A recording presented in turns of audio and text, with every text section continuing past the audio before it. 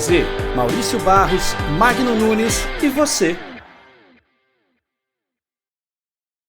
Olá, bem-vindo, bem-vinda ao 3Z. Já peço para você se inscrever no canal, se não está inscrito, dar o seu like, isso é importante, porque o algoritmo faz a nossa mensagem chegar com esses likezinhos. É o nosso pagamento, como diz o meu parceiro Magno Nunes, que hoje não está nessa conversa, mas ele mandou algumas perguntas, por quê? Porque hoje a gente vai conversar, analisar e descobrir as forças do próximo rival, adversário do São Paulo no Campeonato Brasileiro, na próxima quinta-feira. O jogo é no Castelão e é o Fortaleza, um dos adversários mais difíceis desse Campeonato Brasileiro, ainda mais jogando em casa.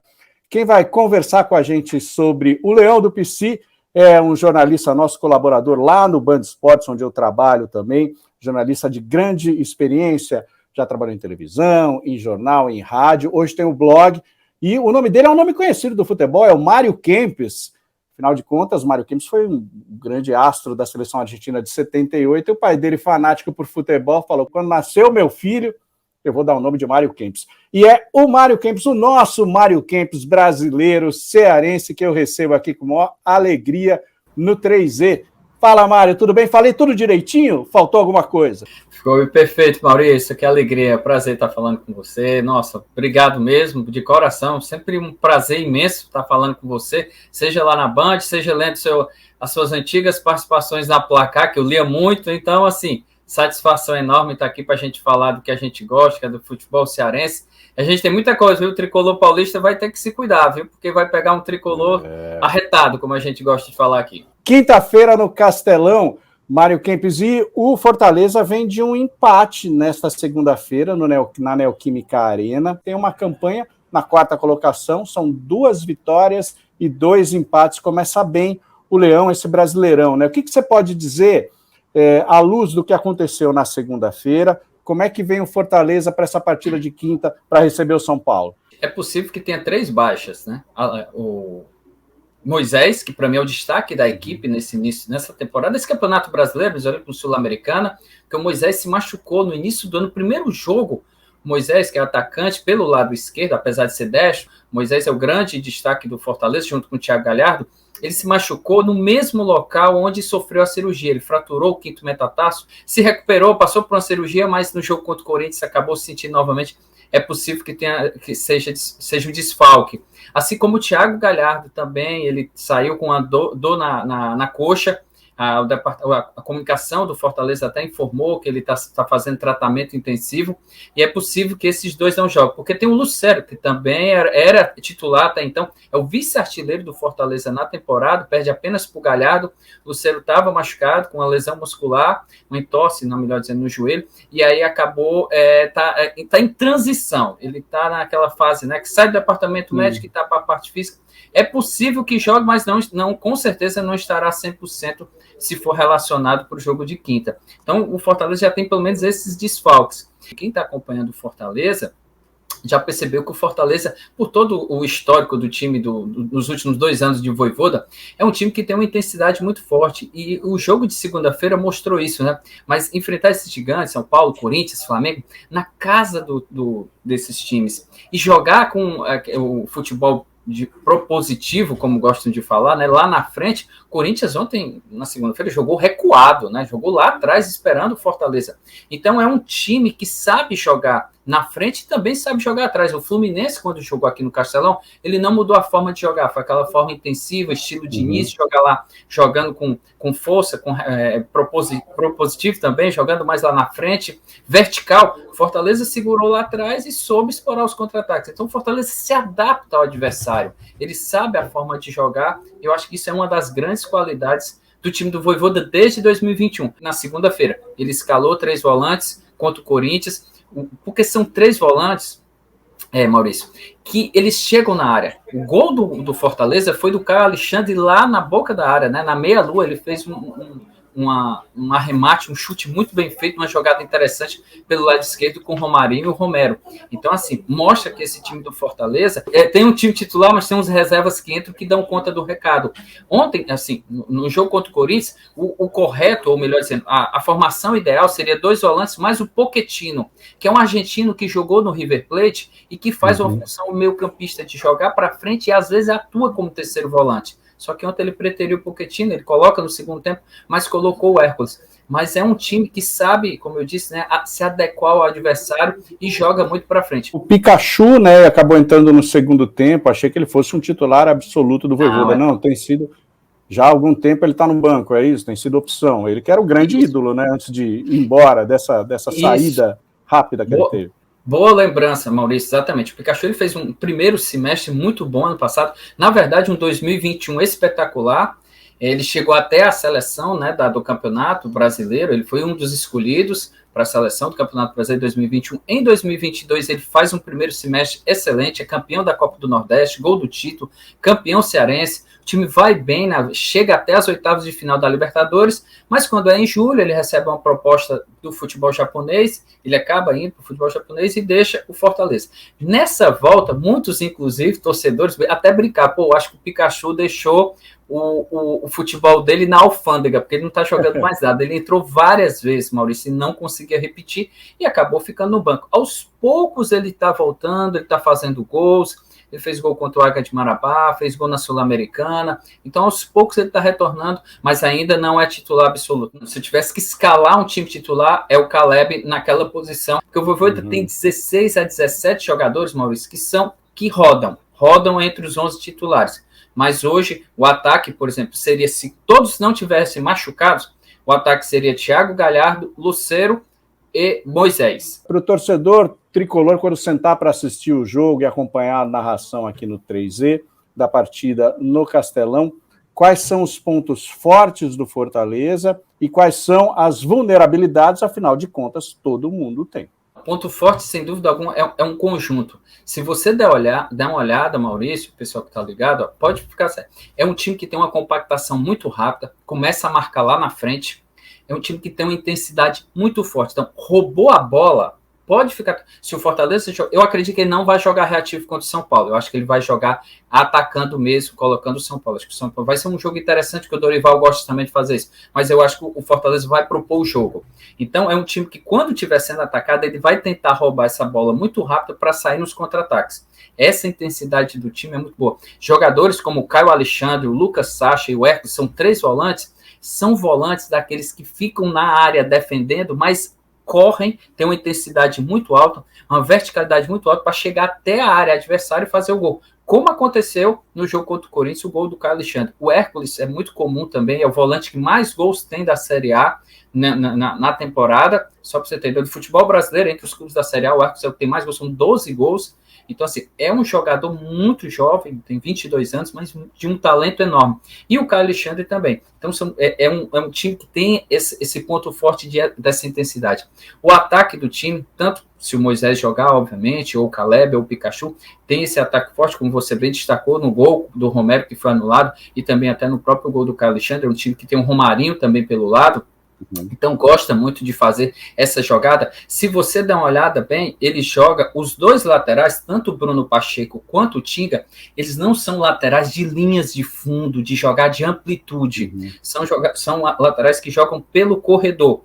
Tanto o Romarinho ou o Moisés fica mais na amplitude, fica lá, vai até a linha de fundo, como o Caleb também. É óbvio que em um ou outro momento passa, mas o padrão do time é esse. Deixa eu falar dos pontos fracos. Na segunda-feira, né, contra o Corinthians, eu acho que perceberam que a defesa tem uma dificuldade. E isso é, sem dúvida alguma, um ponto que é preciso ser estudado. O próprio Vojvoda já falou isso, que sabe que precisa ter uma concentração maior.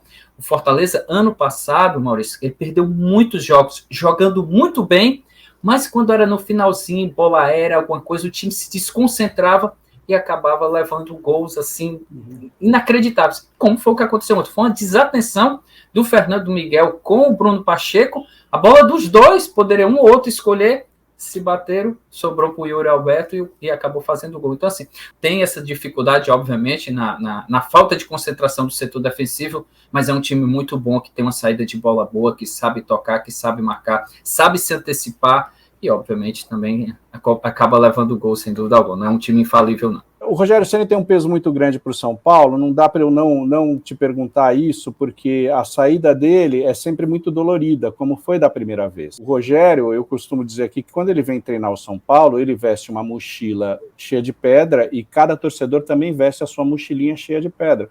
Porque não é simples, nenhum torcedor de São Paulo quer que o Rogério fracasse, porque ele é o maior ídolo do clube, sente quando as coisas não estão bem.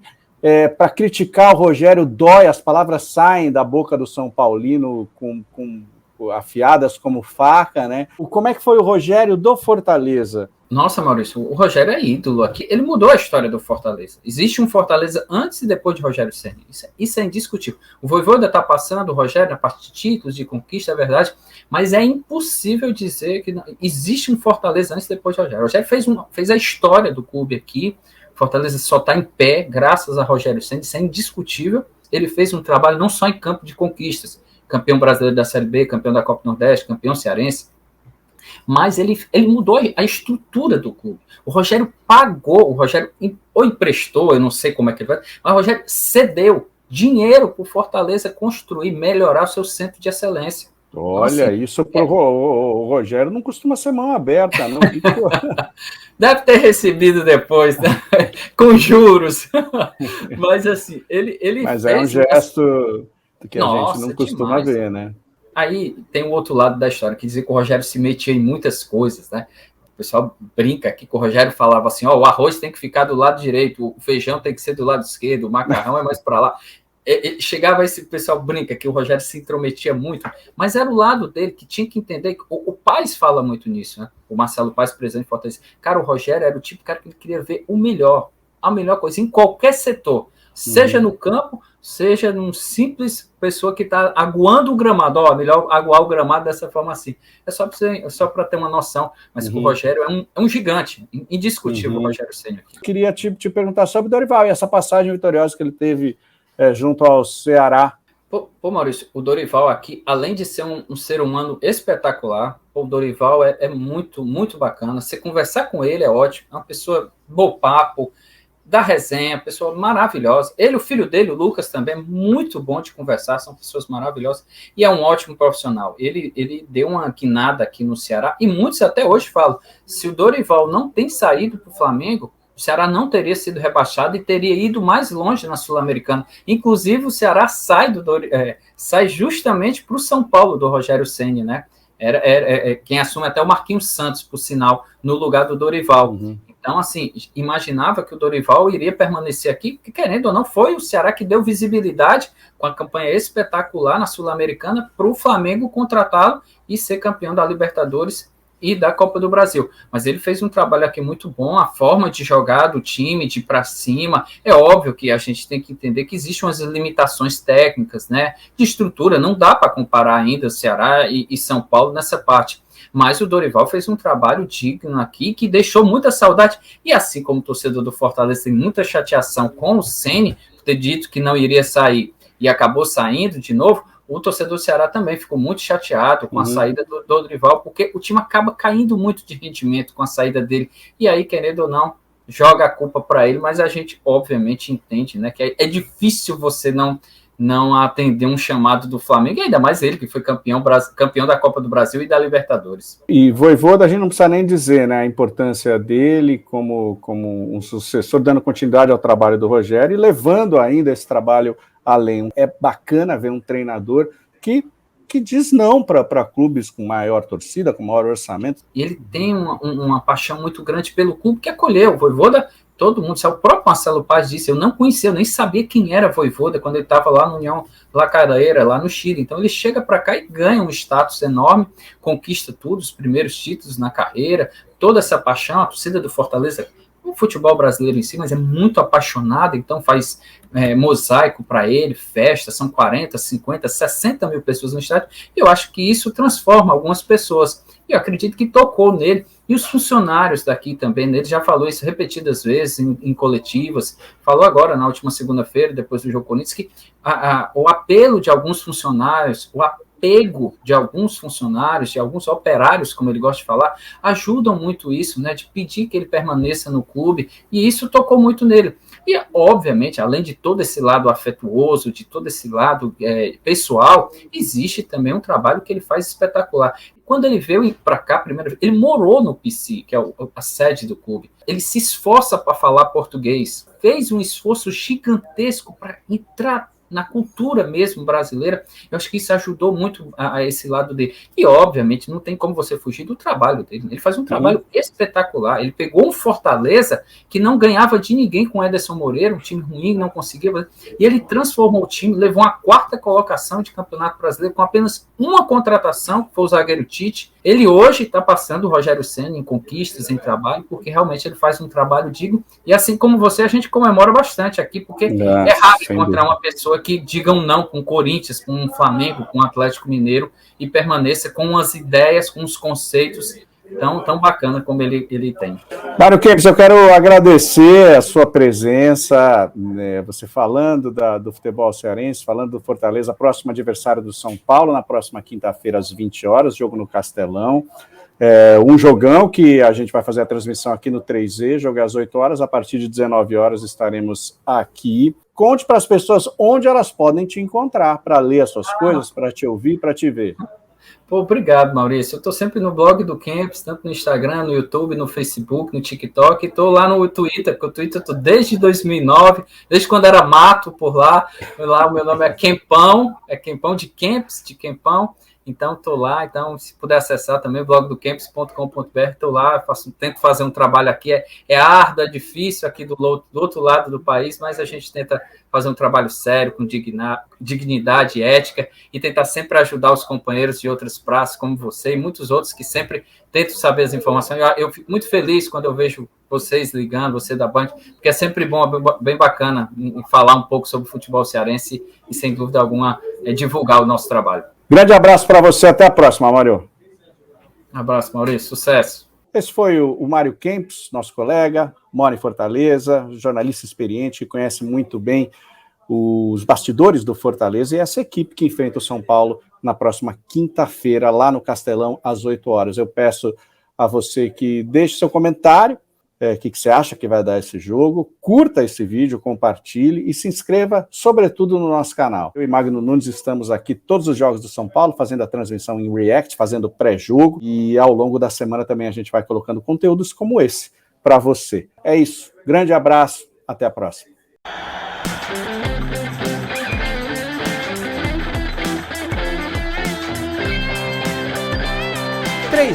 Maurício Barros, Magno Nunes e você.